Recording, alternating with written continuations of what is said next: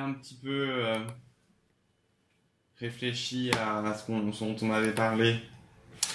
Bah ouais. Quel est votre sentiment? Alors, est-ce que vous avez l'impression que cette chimio, elle vous a apporté quelque chose cliniquement ou pas du tout Mais là, ce qu'il y a, c'est que moi, ce dont je peux témoigner, c'est que je me sens en bonne santé. D'accord. Ouais, je me sens en bonne santé.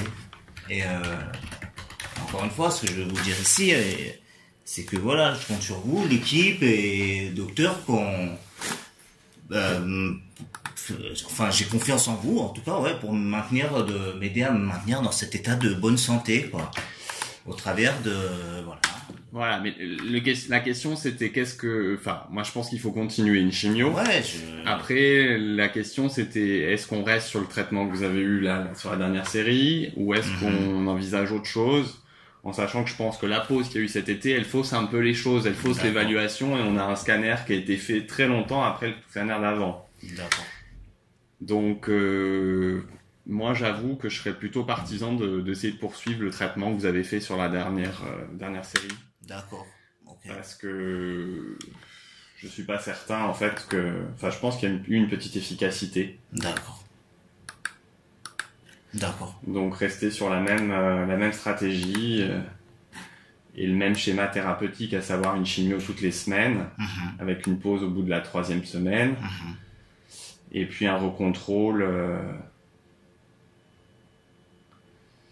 au bout de 2 mois de traitement. Ouais, ça nous mène à début 2018. Voilà. Très bien.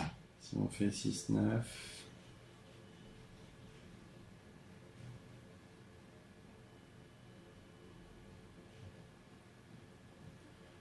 Surtout vous l'aviez quand même plutôt bien supporté. Oui.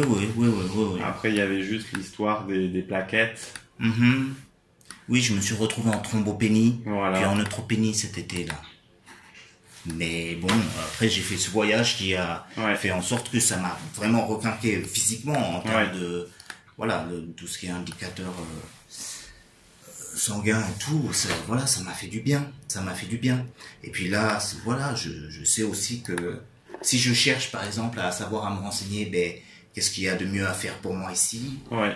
Je sais que notre équipe ici à Montpellier, c'est quand même là où se fait ce qui est à la pointe, quoi. Donc, après, on peut toujours trouver des choses ailleurs, mais là, pour l'instant, si on a des moyens de vous traiter ici, c'est peut-être le mieux. Et puis moi, je me fais accompagner aussi par d'autres, que ce soit d'autres formes de médecine qui sont pas forcément, qui n'entrent pas forcément ici à l'hôpital. Là, c'est dans le cadre médical, du yoga, par exemple. Tout ce qui est Feldenkrais, je vais à l'espace bien-être, là, l'escale qui a, vous voyez dans le quartier, là, vers les Arceaux. Oui. Il y a ça qui est, la Ligue a mis ça en place, et voilà, je peux faire du yoga, du Feldenkrais. Je vois un psychologue. Ok. Voilà, il y a l'homéopathie aussi, j'ai une amie on était au lycée ensemble. D'accord. J'ai sa thèse, si vous voulez, je pourrais vous la passer, qui a passé son travail ici en médecine ici. Et qui propose un accompagnement thérapeutique complémentaire, très bien, avec la spiritualité aussi, vous voyez, des approches vraiment différentes pour essayer de non seulement me maintenir en santé, puis aller vers une guérison et être mieux même qu'avant, quoi. Vous voyez ce que je veux dire? Voilà, c'est ça. Et donc, c'est bien qu'on puisse se voir pour aussi... ça fait du bien de personnaliser aussi les choses. Comme ça, vous dans votre approche, vous savez un peu plus... peut-être à qui vous avez affaire. Oui, oui. C'est ça, à l'hôpital, c'est les internes qui passent, les stagiaires, tout le monde. On prend les choses en route et on va tous dans la même direction. Là normalement, ça va plus changer. Combien vous pesez? 60 kilos, je suis stable autour de 60 kilos. Et vous avez bon appétit? Oui, complètement. Oui, complètement. J'adore cuisiner en plus. Ok. Et vous, docteur, alors vous planifiez quoi en termes d'objectifs, là, de carrière, entre guillemets? Ah je suis déjà... Vous êtes un chef de clinique ici maintenant? Non, je suis au-delà de ça, en fait. Je suis médecin titulaire. D'accord. Je connais pas vraiment les trucs. Voilà, je suis praticien. Ok, praticien hospitalier. Exactement. Okay. Est-ce qu'il y avait un jour particulier où vous veniez? Les vendredis, justement. Les vendredis? Ouais. On va essayer de voir si on peut faire...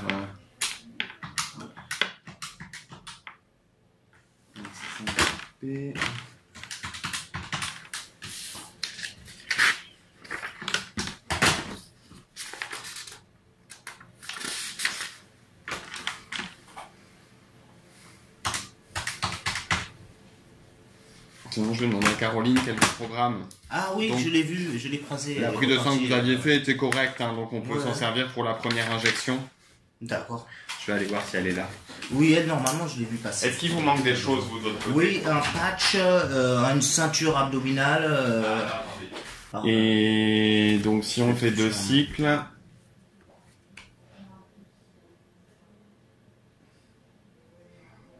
Je sais pas quand est-ce qu'elles vont pouvoir vous débuter le traitement. 17, 24... 8, 15, 22... Ouais, ça fait une évaluation début d'année, ça. Ouais. Avec des chimios pendant les fêtes. C'est problématique ou pas ça? Oh, regardez. Qu'est-ce que je veux dire? J'ai quelque peu anticipé. Attention, surprise. D'accord. J'ai un bonnet de Père Noël sur la tête. D'accord. Le 10 novembre. Ok. Ouais, ça nous ramène aux fêtes, ouais. Clairement. On peut faire des traitements pendant les fêtes? Écoutez, moi maintenant, je prends ma santé en main. D'accord. Vous comprenez. J'ai cette chance-là d'être en formation professionnelle, quelque chose qui me passionne. J'ai mes enfants qui vont très bien, ils sont accueillis à la crèche, mon épouse aussi. Son travail est formidable. Donc, tout va bien. Ok. Donc, on y va. On y va, on peut planifier ça. Il n'y a pas de souci.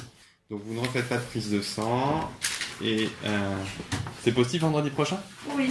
Ah bon. J'ai mis les 3 dates. Oui. 17, 24 et 1er. Impeccable. Et on a dit que donc le 8, ça lui fait faire une pause. Et après, ça fera des injections pendant les fêtes, mais ça pose pas de soucis après. Oui, voilà. Bon. Blogueur à l'hôpital?